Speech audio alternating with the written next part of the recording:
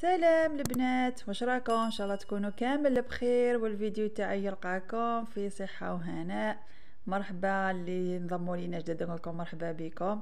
الدار داركم، ان شاء الله تستفادوا من الموضوع تاعنا ولا من المحتوى تاعنا. انا قبل ما نبداو جبت لكم حلوى جافه، اللي يبغي الكروكي واللي يبغي الحلويات الجافه المقرمشه غير يتبع الفيديو للاخر. هنا قبل ما نبداو في المقادير وطريقة التحضير كامل نقولوا بسم الله ونصلوا على الحبيب المصطفى عليه أفضل الصلاة والسلام. هنا راح ندير لكم كروكي مقرمش يقعد مدة وهو مقرمش. اللي يحب هذه النكهة ولا الطعم تاع اللي يتبع في المحلات ما عليه غير يتبع الوصفة معايا.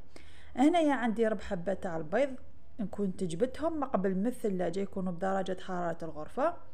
راح نجيب ريسيبيون، راح نحط البيض تاعي، راح ندير 3 كامل، والرابعه راح نحي الصفر باه ندهنوا به السطح تاع الكروكي تاعنا. هنا راح نستعملوا الباتور، ضروري لازم الباتور هنايا باش نخدموا السكر تاعنا مليح. هنا درت رشه تاع الملح، راح ندير مغرف مليحه تاع لافاني، وعندي هنايا عطر الكراميل. شفتوا الكو تاع الكروكي كي نشروه من برا راح يجي فيه واحد المذاق، هي السر تاع المذاق تاع الكروكي هما يخلطوا فيه النكهات بزاف. انا درت هنا مغرفه كبيره تاع عطر الكراميل، نجيب الباتور تاعي ونخلط هذا البيض تاعي شويه. هنا لازم الباتور. هذا الكروكي راح يجي كميه كبيره وقلت لكم يقعد مده وهو مقرمش، يعني حيحتفظ بالقرمشه تاعو فايت اسبوع. هنا عندي كاس غربع تاع السكر، نضيفه ونخلط البيض تاعنا حتى يصبح اللون تاعو يعني بيض شويه، ماشي حيكون كما تاع الجينواز يعني يتكاثف ولا يعني ما نفرطوش في الخلط. هنا عندي مغرف تاع عسل، يكون العسل تاع المشري، هذا هو اللي راح يعطيلو اللون الكروكي تاعنا. ونخلط. صراحه اللي راهي تلفت لها القهوه صراحه انا نبغي نديرو، لانه ما فيش كميه يعني مقادير بزاف، وراح تقدري تاكلي فيه حتى الاسبوع الا كانت العائله كبيره بلا ما تخمي القهوه تحطي الصباح والعشيه. هنا بنفس الكاس درت كاس تاع زيت، راح نديروه يعني على قطورات وحنا نخلطو. شوفوا الخليط تاعنا كيف راه يبان شويه كثيف. بنفس الكاس اللي بدينا به اللي درنا به السكر نديرو به الزيت، ودوك ندير به كاس تاع حليب. ها هو كاس تاع حليب بنفس الكاس، دوك نضيفو وانا نخلط حتى كامل يتخلط مع المواد الاخرى. هنا نعطيكم مقادير مضبوطه، يعني شحال هي كلكم فرينه هذا الخليط. ها شوفوا الخليط تاعنا بعد ما خلطته. هنا نبدا نضيف الفرينه ولا في النواشف بنفس الكاس اللي عبرنا به. انا اخذ لي حوالي 7 كيسان تاع فرينه، يعني 7 كيسان قل ربع. يمكن ياخذ لك 7 كيسان اكزاكت ولا قل ربع ولا اكثر بربع، يعني على حسب النوعيه تاع الفرينه اذا تكون تشرب ولا لا، وايضا على حسب حجم الحبه تاع البيض. كاين مره تجي البيضه كبير وكاين مره تجي البيضه صغير. انا حندير في الاول 3 كيسان تاع الفرينه، وندير 2 اكياس تاع الخماره تاع الحلوى، ها هي قدامكم، ونخلط ونبدا نضيف قدامكم الفرينه. شحال تاخذ لي؟ قلت لكم خذات لي 7 كيسان الا ربع. انا الفرن تاعي راني يمشي على درجه حراره 180 درجه. دائما نقول لكم الحلوى كي تجوا طيبوا لازم يكون الفرن شاعل باه تنجح لكم الحلوى، ماشي حتى كي تكملي الحلوى تاعك وما تفكري الفرن وتدخلي الحلوى تاعك يكون الفرن ماهوش سخون، راح مش راح تطلع لك ولا مش راح تنجح لك، يا تجي يابسه يا ما تطلعش كامل. هنا زدت الكاس الرابع، ونضيف الخامس، هنضيفه كامل وانا نخلط ونشوف. لهنا القوام تاع العجينه راح نخلوه يتلاصق، ماشي حنشفوها، راح يجي يتلاصق يعني في يدك ما راني نخلط هذه اليد تكون يتلاصق، لكن كي ندير اليد الناشفه ما راحش يلصق في يدي. هنا نكتفي بالفرينه. انا هنا درتو محشي بالشوكولا، نهضر لكم على الشوكولا اللي درناها تاع الفرميسال. هذه تتباع بالميزان، تقول يعطيني حق 5000 ولا يعطيك خيرك يا ربي. راح تجي عندها واحدة البنة رائعة.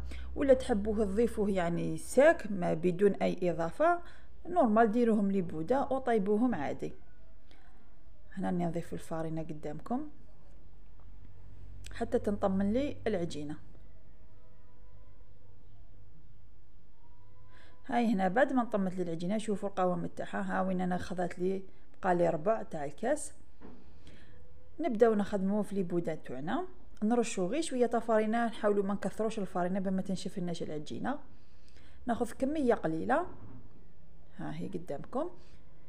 دوك نفتحها على شكل مربع ولا مستطيل. ها هي الفرميسال شوكولا اللي راح نستعملوها. راح نحل العجينه تاعي على شكل مستطيل ولا مربع.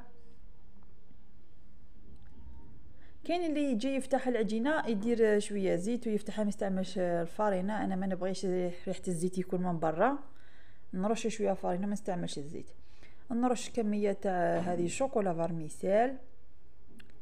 الكروكي فيه انواع واشكال يعني وصفات لا تعد ولا تحصى، وهي بزاف بزاف بزاف يعني موقت هو بنين الناس بزاف يبغوه يبدعوا في الوصفات تاعو. كاش مره ندير لكم كروكي طريقه جديده في هذه الايام ان شاء الله، ندير لكم كروكي كشغل بريستيج، ندوروا له شويه العقليه تاعو.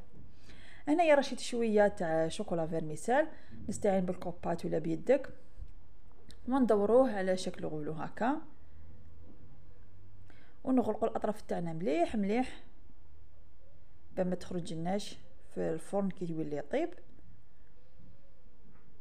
وبعد نديروها في الصينيه ونسقموا البوده تاعنا مليح.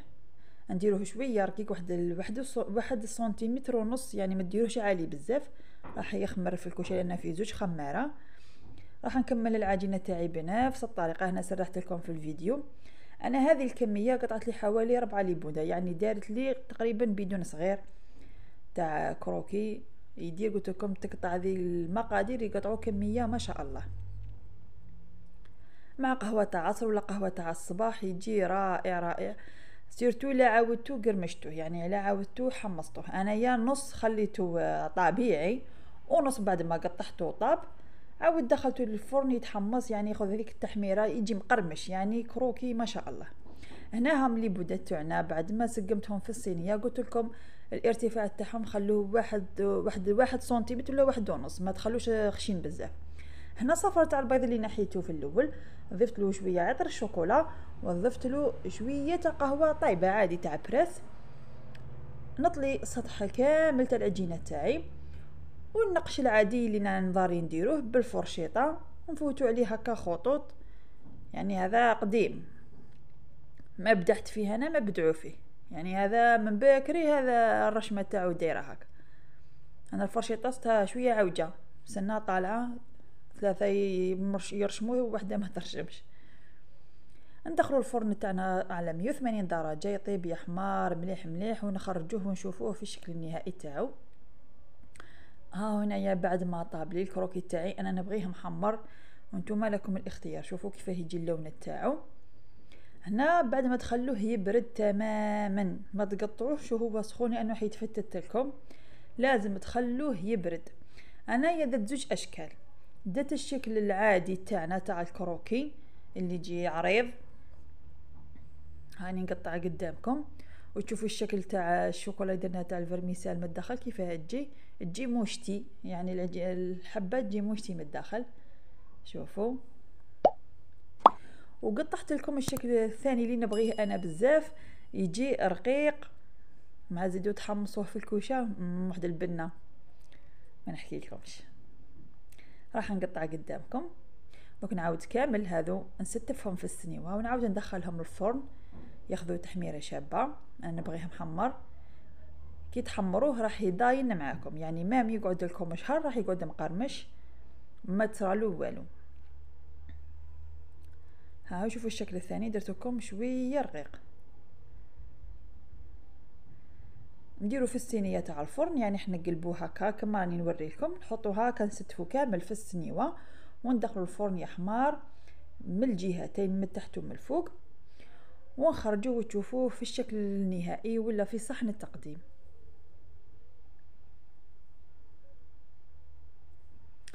ها هو الكروكي تاعنا بعد ما تحمر وطاب وخذا هذا اللون الشباب. خليت انايا راكم تشوفوا النصف تاع هذا الكروكي خليته طبيعي، يعني هكاك ابيض شويه يكون طري. والثاني شوفوا حمرته يجي مقرمش، يجي رائع. اللي يحبوا المذاق تاع القرمشه راه يعجبكم هذا الكروكي وهذه الوصفه. وفي اخر الفيديو حبيباتي نقول لكم اذا عجبكم الفيديو تاع اليوم ديروا له بارطاج وشاركوه مع اصحابكم. والسلام عليكم ورحمه الله تعالى وبركاته، الى اللقاء.